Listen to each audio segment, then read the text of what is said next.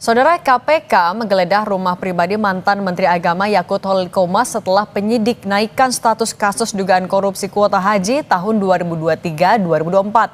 Apakah ini artinya dalam waktu dekat akan ada penetapan tersangka? Kita berbincang dengan pakar TPPU sekaligus akademisi Yanti Garnasih. Bu Yanti, selamat petang.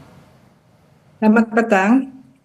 Bu Yanti, ini kan sudah naik sidik, sudah ada penggeledahan, sudah ada juga yang dicegah ke luar negeri. Kalau melihat dari rangkaian ini semua, apakah artinya sebenarnya tersangkanya sudah semakin mengerucut? Menteri Agama Yakut Holil Qomas, salah satu barang bukti yang disita adalah alat komunikasi. Bu Yanti, oke, Bu Yanti, dari semua rangkaian yang sudah dilakukan oleh KPK, penggeledahan, pencegahan ke luar negeri, seharusnya sebenarnya tersangka sudah semakin mengerucut. Harusnya sudah, ya. Sudah bisa dengar? Sudah, silakan Bu. Ya, harusnya sudah ya, karena begini, kasus ini kan bukan kasus yang tiba-tiba ditangani KPK atau KPK menyatakan bahwa penyelidikan sudah selesai dan sekarang sudah di penyidikan. Kasus ini sejak Juli 2024 bahkan sudah dipansuskan gitu ya. Jadi harusnya cepat dan lagi yang namanya KPK menyita kemudian disita yang ada adalah HP dan juga dokumen ya pasti aja hanya itu karena kita kan berharap sebetulnya ada kalau udah penyitaan ada yang mengarah kepada hasil kejahatan ya, tapi kan nggak ada ya karena udah terlalu lama. Jadi Oke, Bu Yanti. Ya udah memang seharusnya ya karena kemarin waktu itu kan ya. Oke, Bu Yanti, tapi berarti ya, harusnya penetapan tersangka ini dilakukan dalam waktu dekat dong. Iya dong.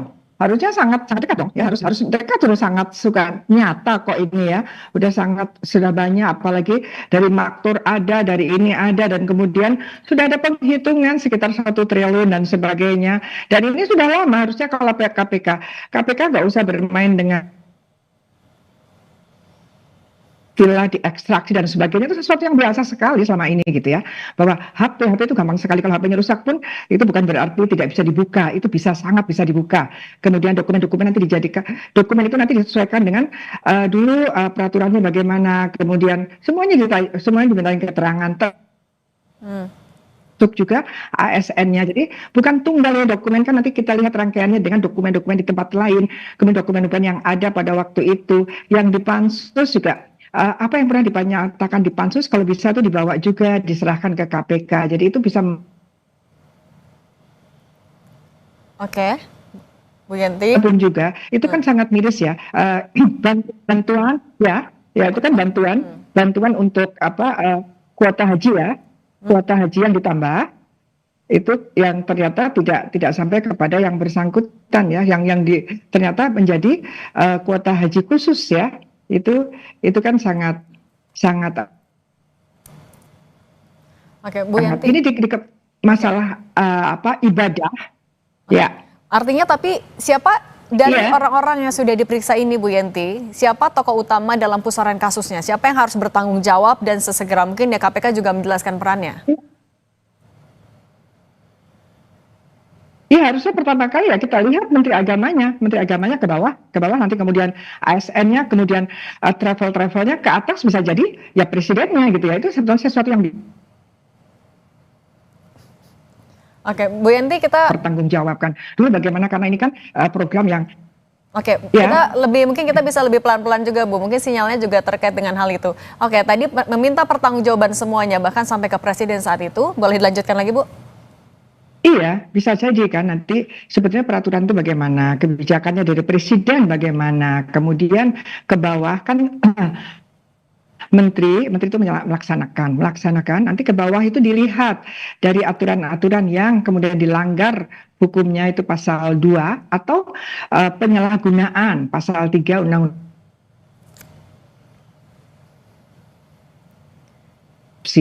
itu bagaimana penetapan travel yang jelas bahwa ini menyalahi, karena harusnya itu kan bukan seperti ini persentasenya sama-sama 50% antara reguler dan kemudian khusus ya kan, begitu disamakan yang dari khusus ini kan mestinya menjadi keuntungan yang besar, tapi ternyata kok malah rugi 1 triliun, negara rugi 1 triliun, artinya karena haji khusus itu mahal dan kemudian ada keuntungan Oke, Bu Negara, Yenti. tapi ternyata kan malah negaranya rugi. Artinya ada oknum-oknum yang menikmati keuntungan, dan keuntungan ini harus dikejar. KPK kali ini harus segera dengan tindak pidana pencucian uangnya itu memudahkan, bukan menyulitkan gitu. Oke. Nah, Bu Yenti, apa yang perlu dibuktikan oleh KPK, dilakukan oleh KPK dalam waktu singkat untuk memastikan atau menghindari ada kesan kalau ya KPK memang menahan kasus ini, tidak segera terburu-buru dan lain-lain. Apa yang harus dilakukan atau dibuktikan oleh KPK?